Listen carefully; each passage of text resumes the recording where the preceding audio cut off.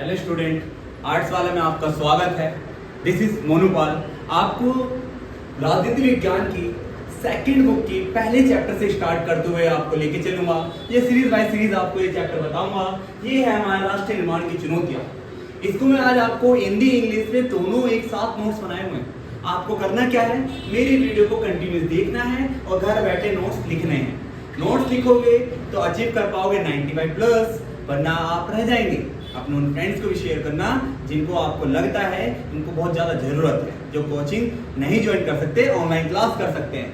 तो अब हमारी सीरीज चालू होगी और आपको हर वीक में ये वीडियोस मिलती रहेगी।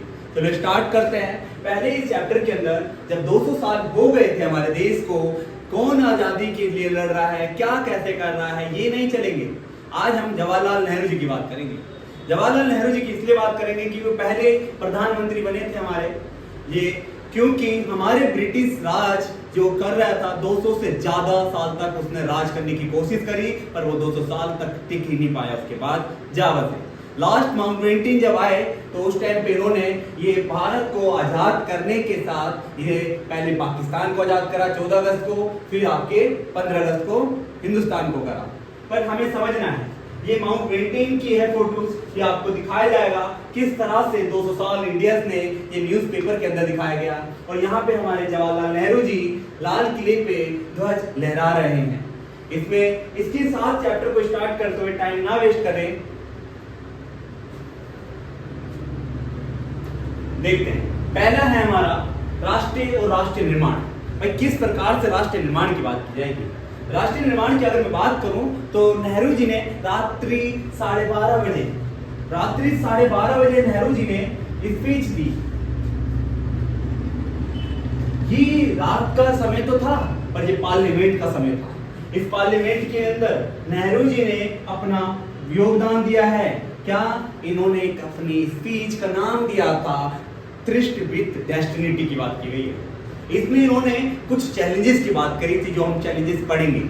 इसमें पहला देखा जाएगा ये आंदोलन किस आवाजों में उठा। पहला था स्वतंत्रता के बाद लोकतांत्रिक सरकार का शासन कैसा होगा, क्या हम डिक्टेटरशिप में रहेंगे या फिर लोकतंत्र सरकार बनाएंगे। पर हमारे को लोकतंत्र सरकार बनानी थी क्योंकि हम डिक्टेटरशिप देख चुके थे, फिर हमने यहाँ पे ब्रिटिश राज देख लिया था, अब हमें लोकतंत्र चाहिए था। लोकतंत्र से हम अपनी आवाज को उठा सकते थे। दूसरी बात इसके अंदर पता चलती है, सरकार के कामकाज करेगी, खास तौर पर सामाजिक वर्ग के लिए काम करेगी।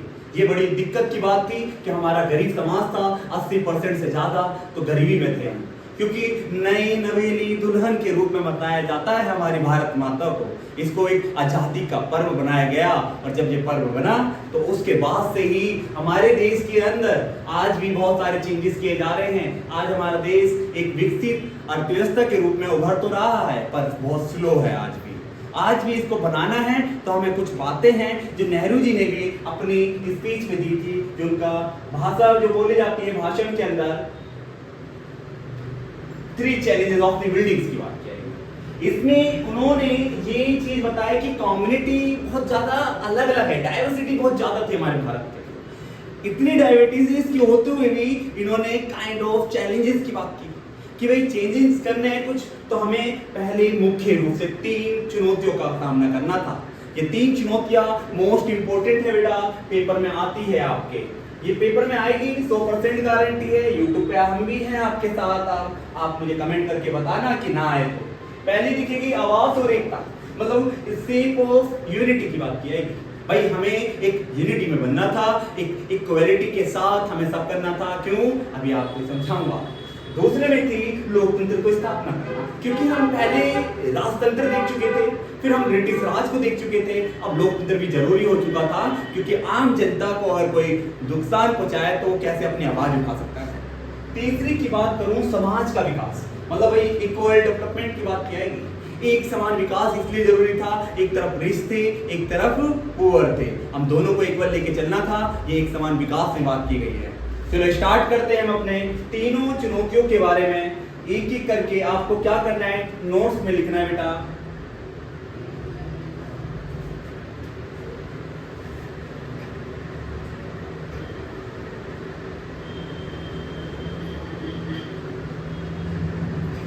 पहला है राष्ट्रीय और राष्ट्रीय निर्माण में अगर आप पहला देखोगे तो इसके साथ ही हमारे 3 चैलेंजेस हैं। प्रथम, आवास और एकता। हमें पता है कि हमारे समाज के अंदर डाइवर्सिटी इतनी है ना, इतनी विविधता है कि लैंग्वेज के आधार पर जब हम 100 किलोमीटर दूर जाते हैं ना, तो हमारी भाषा तो बदलती है, वेशभूषा भी बदल जाती है। ये बड़ी चुनौती थी कि सबको एक कैसे रखा जाए, हिंदू, मुस्लिम, सिख, ईसाई, आपस में हम सब भाई। ये तो रियलिटी है, बट आज के समाज को बहुत बड़ा नुकसान है ये चीज का। आज राजनीतिक के तौर पर लोगों को बांटा जा रहा है, पर ये गलत हो रहा है। इसमें पहला देखा जाएगा तो इसमें पहली और तत्कालीन चुनौती भारतीय समाज की विभिन्नताओं को संयोजित करना था। इनको एक करना बड़ा मुश्किल काम था। दूसरे की अगर बात की जाएगी तो दूसरे तौर पे देखोगे तो इसमें आता है भारत के लोग विभिन्न भाषाएं बोलते हैं, विभिन्न संस्कृति धर्म के हैं। आज भी देखोगे संस्कृति और धर्म के तौर पे देखोगे तो इसमें संस्कृति, धर्म और पालन हमारी एकता के सूत्र में बांधना। इस एकता के सूत्र में बांधना इतना जरूरी था क्योंकि हमारे समाज में ना क्या है बेटा, समाज के अंदर विविधता में बहुत ज्यादा है। इतनी विविधता है, भाषा को लेके, हमारे वेशभूषा को लेके, इनको संयोजित करना बड़ा मुश्किल काम था। दूसरी अगर मैं बात करूं, भारत का महाद्वीपीय आकार और विविधता का देश है। बिल्कुल भाई, उपमहाद्वीप है हमारा, सब कॉन्टिनेंट माना जाता है हमारा एशिया का इंडिया, और एक ऐसा जहाँ पे कंज्यूमर्स ज्यादा है। पर हमें कंज्यूमर क्या देखना है, पहले विविधताओं को देखना है। हमारी भाषा के साथ साथ वेशभूषा भी बदलती है। साउथ में जाओगे तो साउथ के लोग अलग दिखेंगे, नॉर्थ में जाओगे तो नॉर्थ के अलग, ईस्ट के अलग, वेस्ट के अलग। भाषा के साथ इनका खान पान बदल जाता है, पर हमारे को इनको सबको एक रखना है कि आप भारतीय हैं। इसके साथ अगर मैं तीसरे की बात करूं तो तीसरा आपका आता है बेटा, भारत और भारत के विभिन्न भाषा बोलने वाले विभिन्न सांस्कृतिक धर्म के लोग हैं। हमारे भारत के अंदर 12 मासी महीनों के अंदर देखा जाए तो त्योहार बनाए जाते हैं। त्योहार ऐसे बनाए जाते हैं जैसे कि भाई हमारे सब परिवार का एक ही घर के बर्थडे बनाए जा रहे हों।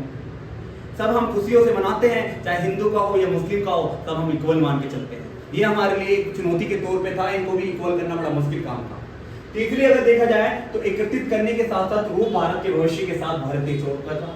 जैसे देखा जाए तो भविष्य के लिए जनता को एक ऐसे रूप देना था कि आने वाले टाइम में हम लड़ाई ना करें, पर ऐसा हो रहा है।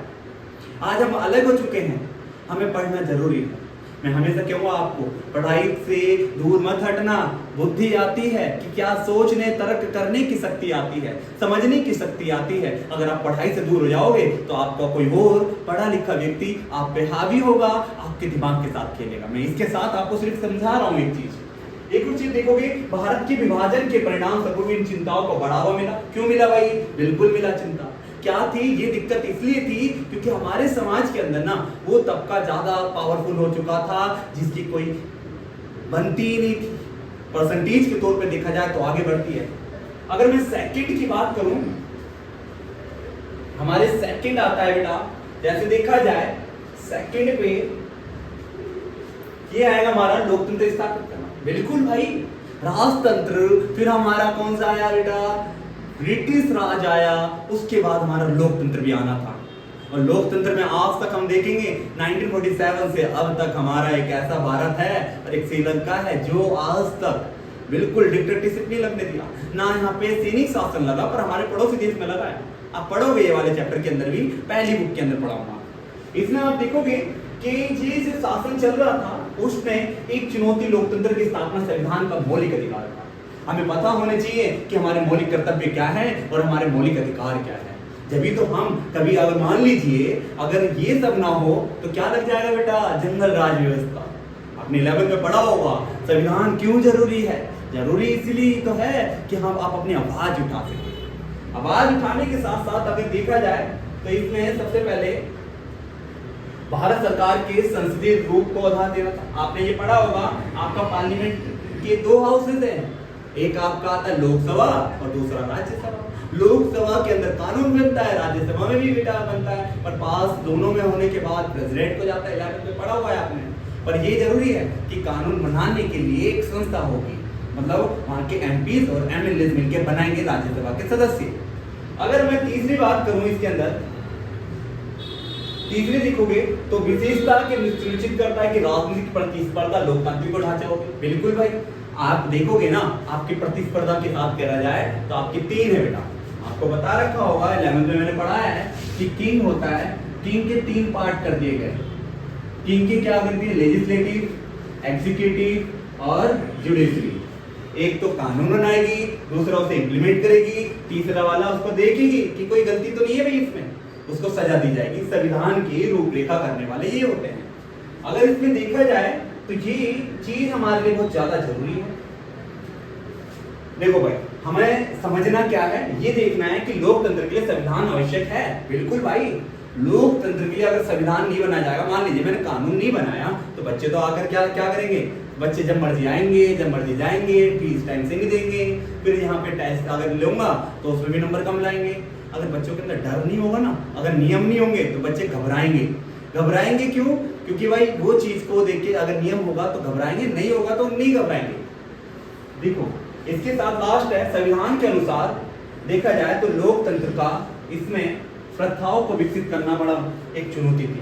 आई बिल्कुल एक ऐसी प्रथाओं को लेके आना बड़ा मुश्किल काम था लोकतंत्र के बिहार पर। जब आप 11th की वीडियो देखोगे, 11th की भी लाऊंगा तो उसमें भी बताऊंगा इस थोड़ी सी। इतना समझ आया हो लिख लेना इसे, नोट्स बुक में लिखना, आपको प्रॉपर नोट दूंगा। सॉरी,